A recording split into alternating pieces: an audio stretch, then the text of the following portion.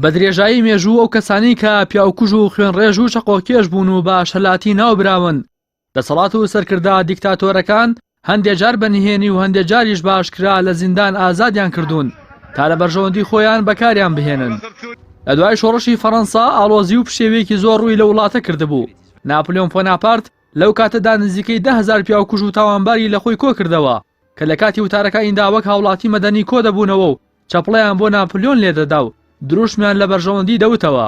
هەروەها سەرکوتی ئەو کەسانیان دەکرد کە دژی ناپلیۆن بۆناپارت قسەیان دەکرد. هەروەها لە کاتی دەسەڵاتیدا ئەدۆڵف هیتلەر سەرۆکی ئەڵمانیا و ڕێبەری نازیەکان لە چەقۆکێش و پیاوکوژ و تاوانبارەکان دەستەیەکی پاسەوانی بۆ خۆی دروست کرد کە لە سەرەتادا تەنها ئەرکی پاراستنی هیتلەر و کۆبوونەوەکانیان لە ئەستۆدا بوو. بەڵام دواترەوە فەرمانی کوشتنانی کە گرنگ بوون و کەسی متمانە پێکراویان دەبیست هیتلەر لە ڕێی ئەم پاسەوانە پیاوکوژانەیەوە ئەنجامی دەدان کە بەهێزی SS ناویان دەرکرد بوو. لە وڵاتانی ئەوروپاش هەمان سیاست پەیڕەو کراوە و فاشیەکانی ئیسپانیا و ئیتالیا چەقۆکێش و پیاوکوژەکانیان لە زیندان ئازاد دەکرد و بۆ سەرکوتکردنی هاوڵاتیانی ناڕازی و جەنگی ناوخۆ بەکاریان دەهێنان.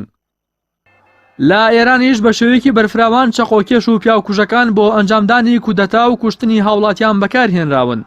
بەتایبەت لە کاتی کودەتاکەی سەر دکتۆر موسەدیق لە ساڵی 1953 زیاتر لە 500 چەقۆکێش و پیاوکوژ لە ڕۆژی کودەتاکەدا ڕژانە بازاڕەکان و بنکە و بارگای لە ئەنگرانی موسەدیق و نووسینگەی ڕۆژنامەکانی ئەو کاتیان داخست و سووتاند و بەشێکی کارمەندەکانیشان کوشت.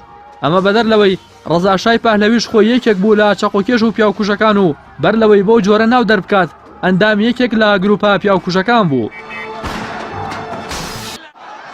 لە وڵاتانی عەرەبیش دیاردەی بەکارهێنانی ئەو کەسانی کە دەستیان دەچێتە خوێنی هاوڵاتیانی بێتاوان و کوشتنیان لە ئاسایی بۆتەوە بە شێوەیەکی بەرفراوان هەبووە. لە وڵاتی میسر و لە کاتی شۆڕشی بەهاری عەرەبیدا گروپێک کە پێیان دەوترا بەڵتەجیەکان پەلاماری خۆپیشاندەرانیاندا و بە چەقۆ و تەور و زنجیر چەندین خۆپیشاندەریان کوشت. هەروەها دەچوونە سەرماڵێ و گەنجانی کە بەشداری خۆپیشاندانەکانیان دەکرد و بە کەسوکاریان دەوت ئەگەر کوڕەکەیان بەشداری خۆپیشاندان بکاتەوە دەیکوژن و پارچە پارچی دەکەن. لە سووریاش لە دوای دروستبوونی ئاڵۆزیانەوە خۆیەکان گروپێکی پیاوکوژ و مافیا دەرکەوتن و بە شەبیحەکان ناویان دەرکرد. شەبیحەکانی سووریا کە ڕاستەخۆ لەلایەن بنەماڵی بەشار ئەسەدەوە سەرپەرشتیان دەکرا لەو کەسانە پێکهاتبوون کە بە تاوانی کوشتن لە گرتوخانەکاندا بوون و دواتر بە مەرجی کارکردن بۆ بەشار ئەسەد ئازاد دەکران و لە کاتی خۆپیشاندانەکاندا هاوڵاتیانیان بە دڕندەترین شێوە دەکوشت. فیلمی مێشکە بچووکە ژەنگرتوەکان کە فیلمێکی فارسیە باس لە ژیانی ئەو کەسانە دەکات کە چەقۆکێش و پیاوکوژ و لە یاسالادەرن و بە مێشک ژەنگرتو ناویان دەبات کە خۆیان ناتوانن بیر بۆ خۆیان بکەنەوە و ئەگەر کەسێک سەرپەرشتیان نەکات ئەوە بڕیاری دژوار و کارەساتبار دەدەن. لە هەرێمی کوردستانیش لە کاتی خۆپیشاندانەکانی حەڤەی شوبات چەندین کەس با جلوبەرگی مەدەنیەوە و بێ ئەوەی ناو نیشانێکی فەرمیان هەبێت هێرشیان دەکردا سەر خۆپیشاندەران و چالاکوانەکان و هەڕەشەی کوشتنیان لێ دەکردن و بە شێوازی جۆرا و جۆر ئازاری هاوڵاتیانیان دەدا. لەو کاتەشدا ئەم کەسانە بە بەڵتەجیەکانی دەسەڵات ناو دەبران و باس لەوە دەکرا کە لە زیندان ڕزگار کراون و بۆ سەرکوتکردنی ناڕازیەکان پشتیوانیان لێ دەکرێت.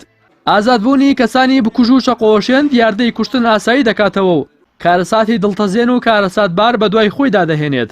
بە جۆرێک لە کاتی هەر کێشە و گرفتێکدا بژاردەی یەکەمی ئەو کەسانە بەکارهێنانی چەک و کوشتنی بەرامبەرەکانیان دەبێت.